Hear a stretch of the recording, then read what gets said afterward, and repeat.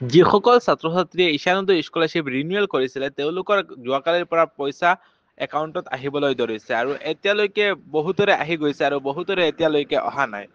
বহুতৰে ষ্টেটাছত এতিয়া দেখুৱাই আছে যে application send to PFMS for payment আৰু বহুতৰে এতিয়ালৈকে application final verified by state nodal officer এনেকুৱা দেখুৱাই আছে। যিসকল ছাত্ৰ-ছাত্ৰীৰ এপ্লিকেশ্যন চেণ্ড টু PFMS আছে তেওঁলোকৰ চিন্তা কৰিবলগীয়া একো নাই। তেওঁলোকৰ 2-3 দিনৰ ভিতৰত তেওঁলোকৰ পেমেণ্ট যিটো আছে এইটো একাউণ্টত আহি যাব। তোমালোকে ডাইৰেক্ট এপ্লিকেশ্যন যিটো আইডি আছে এইটোৰ সহায়ত আৰু PFMS-ত গৈ তোমালোকে তোমালোকৰ নিজৰ ষ্টেটাছটো চাব পাৰিবা। মই এই PFMS-ৰ লিংক যিটো হয় এইটো মই ডিছক্ৰিপশ্যন বক্সত দি দিম। তোমালোকে তাত ক্লিক কৰি আৰু এপ্লিকেশ্যন আইডি দি পেলাই তোমালোকে চেক কৰিব পাৰিবা। আৰু যিসকল ছাত্ৰ-ছাত্ৰীৰ এতিয়ালৈকে ৰিনিউৱেল কৰা সকলৰ, ফ্ৰেছ কৰা সকলৰ নহয়, ৰিনিউৱেল কৰা সকলৰ application final verified by the state nodal officer আছে, তেওঁলোকৰ 2-3 দিনৰ ভিতৰত বা এসপ্তাহৰ ভিতৰত PFMS-লৈ যাব। এইটো চিয়ৰ হয়, যিসকল ৰিনিউৱেল আছে সেইসকলৰ PFMS-লৈ যাব। এপ্লিকেশ্যন চেণ্ড টু PFMS আহিব তেওঁলোকৰ 2-3 দিনৰ ভিতৰত। তোমালোকৰ এতিয়া ষ্টেটাছ কি দেখুৱাই আছে কমেণ্টত জনাবা।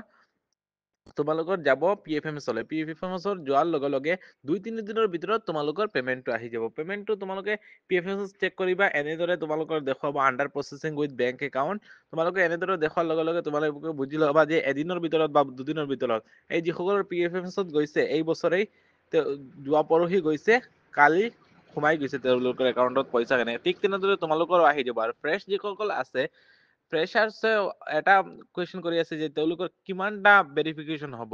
তোমালোকক কৈ দিওঁ যে ঈশানোদয় স্কলাৰশ্বিপত 2টা ভেৰিফিকেশ্যন হয়। এটা হ'ল ইনষ্টিটিউট লেভেল ভেৰিফিকেশ্যন আৰু এটা হ'ল ষ্টেট লেভেল ভেৰিফিকেশ্যন।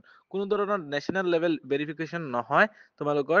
আৰু তোমালোকৰ এতিয়া পইচা নাহে, তোমালোকৰ অকল ৰিনিউৱেলৰ এতিয়া আহিব। ফ্ৰেছসকলৰ আহিব তেতিয়া তোমালোকৰ মেৰিট লিষ্ট চিলেক্ট হ'ব। মেৰিট লিষ্ট জুন বা জুলাই মাহত মেৰিট লিষ্টটো চিলেক্ট হ'ব আৰু জুলাই মাহৰ শেষত বা আগষ্ট মাহৰ প্ৰথম সপ্তাহত পেমেণ্টটো আহিব। তোমালোকে ইয়াতে চাব পাৰিছা যে এজন ষ্টুডেণ্টে এই বছৰ দেখুৱাই আছে under processing with bank account. তেওঁৰ কালি পইচা সোমাই গৈছে, তথাপিও ইয়াতে PFMS-ত দেখাই আছে যে under processing with bank account কিন্তু ফৰ পেমেণ্ট। কিন্তু তেওঁৰ 2024-ৰ যিটো পেমেণ্ট হয় তেওঁৰ সোমাইছিলে জুলাইৰ 29 তাৰিখত। 29 তাৰিখত যদি সোমাইছে, তেওঁৰ ফ্ৰেছ আছিলে, তেতিয়া ফ্ৰেছ আছিলে তেওঁৰ যদি 29 তাৰিখত, জুলাই মাহৰ 29 তাৰিখত পেমেণ্টটো আহিছে, তে তোমালোকৰো ছেম এনেকৈ আহিব জুলাই মাহৰ শেষত বা আগষ্ট মাহৰ প্ৰথম সপ্তাহতে আহি যাব। সেইকাৰণে চিন্তা কৰিবলগীয়া একো নাই। আৰু তোমালোকৰ এতিয়া ষ্টেটাছটো কিদৰে দেখুৱাই আছে এইটো কমেণ্ট যোগে জনাবা। তো আজিৰ ভিডিঅ'টো ইয়াতে আছিলে। Thank U.